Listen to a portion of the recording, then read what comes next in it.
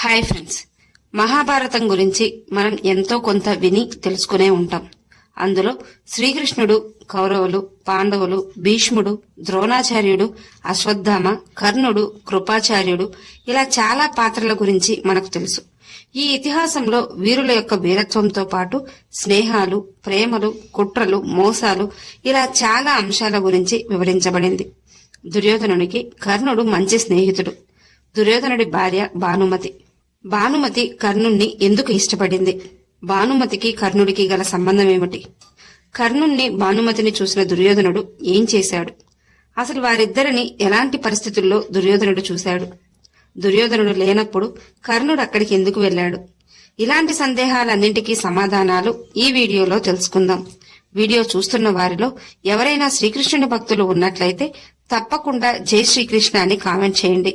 అంతకంటే ముందు ఎవరైనా మన ఛానల్ ని ఫస్ట్ టైం చూస్తుంటే ప్లీజ్ సబ్స్క్రైబ్ చేసుకోండి. అలాగే మన వీడియోని తప్పకుండా లైక్ చేయండి. మీ ఒక్క లైక్ మాకెంతో సపోర్ట్ నిస్తుంది.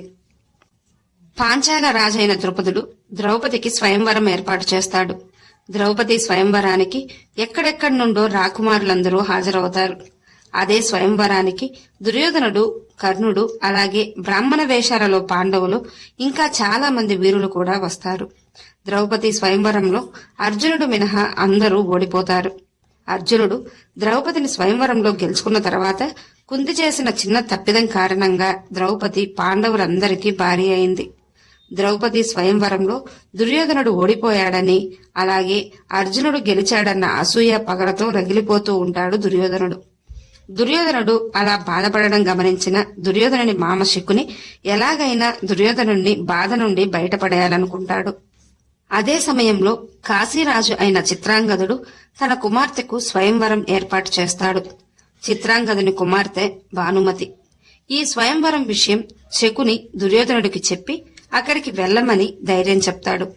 భానుమతి స్వయంవరానికి రుక్మి, జరాసంధుడు, శిశుపాలుడు ఇలా చాలా మంది యోధులు హాజరవుతారు. దుర్యోధనుడు తన స్నేహితుడైన కర్ణుణ్ణి వెంటబెట్టుకుని భానుమతి స్వయంవరానికి వెళ్తాడు. భానుమతి మాత్రం కర్ణుని వీరత్వం గురించి ముందే తెలిసినందున కర్ణుణ్ణి ఇష్టపడుతుంది. కర్ణుణ్ణి వివాహం చేసుకోవాలనుకుంటుంది. భానుమతి స్వయంవరం మొదలవుతుంది. స్వయంవర సభలోకి భానుమతి ప్రవేశించగానే ఆమె చెలికత్తలు అక్కడున్న ఒక్కొక్క రాజు గురించి, వారి యొక్క వీరత్వం గురించి వివరిస్తుంటారు. అయితే భానుమతి మాత్రం అన్నీ వింటూ ఉన్నప్పటికీ కర్ణుణ్ణే వివాహం చేసుకోవాలని నిశ్చయించుకుని ఉంటుంది. అలా కర్ణుని గురించి ఆలోచిస్తూ చేతిలో వరమాల పట్టుకుని ఒక్కొక్క రాజును దాటుకుంటూ ముందుకెళ్తుంటుంది. భానుమతి కర్ణుని ధ్యాసలో ఉండగా ఆమె చెలికత్తలు దుర్యోధనుడి గురించి వివరిస్తూ ఉంటారు. కాని భానుమతి అవేమీ పట్టించుకోకుండా ముందుకు సాగుతూ ఉంటుంది. దాంతో దుర్యోధనుని అహం దెబ్బతింటుంది. అసలే ద్రౌపది స్వయంవరంలో ఓడిపోయానన్న బాధలో ఉన్న దుర్యోధనుడు భానుమతి కూడా తిరస్కరిస్తుందేమోనని భావించి ఆ తిరస్కారాన్ని భరించలేక దుర్యోధనుడు బలవంతంగా భానుమతిని ఎత్తుకుని హస్తిన వైపు బయలుదేరతాడు. ఆ సమయంలో దుర్యోధనుణ్ణి అక్కడున్న రాకుమారులందరూ అడ్డుకుంటారు. కాని కర్ణుడు అందరినీ ఓడించి దుర్యోధనుడికి రక్షణగా నిలబడతాడు. దుర్యోధనుడు భానుమతిని వివాహం చేసుకుంటాడు. ఆ తరువాత దుర్యోధనునికి భార్య భానుమతి అంటే ఎంతో ఇష్టం ఉండేది. అది చూసిన భానుమతి కూడా కొంతకాలానికి దుర్యోధనుడిపై ప్రేమ, గౌరవం పెంచుకుంది. అలా వారు సంతోషంగా జీవించారు. వారికి ఒక కుమారుడు, ఒక కుమార్తె కూడా జన్మించారు. కుమారుడు లక్ష్మణ కుమార, కుమార్తె లక్ష్మణ. ఒకసారి కర్ణుడు దుర్యోధనుని కోసం దుర్యోధనుడి భవనంలోకి ప్రవేశిస్తాడు. అదే సమయంలో భానుమతి అలాగే ఆమె చెలికత్తెలు పాచికలాడుతూ అక్కడ కనిపిస్తారు. కర్ణుని చూడగానే ఆమె చెలికత్తెలు పరిగెత్తుతూ లోపలికి వెళ్లిపోతారు. మధ్యలో ఆగిన ఆటను నేను కొనసాగిస్తానంటూ కర్ణుడు పాచికలాడటం మొదలు పెడతాడు. అలా వారిద్దరూ ఆడుతున్న సమయంలో దుర్యోధనుడు లోపలికి వస్తుంటాడు. ద్వారంకు ఎదురుగా ఉన్న భానుమతి తన భర్త రావడం గమనించి కంగారుగా పైకి లేచి నిలబడుతుంది. కాని కర్ణుడు అవేమీ గమనించకుండా ఆటలో ఓడిపోతున్నందున భానుమతి లేచి వెళ్లిపోతుందని భావించి ఆమెను చెయ్యి పట్టుకోబోయి చీర కొంగు పట్టుకుని లాగుతాడు. అలా భానుమతి చీర కొంగు లాగినప్పుడు ఆమె నడుముకు ఉన్న ముత్యాల హారం తెగిపోతుంది. అలా తెగిన ముత్యాల హారం నుండి ముత్యాలన్నీ జారి ఆ గది అంతా ముత్యాలు పడి ఉంటాయి.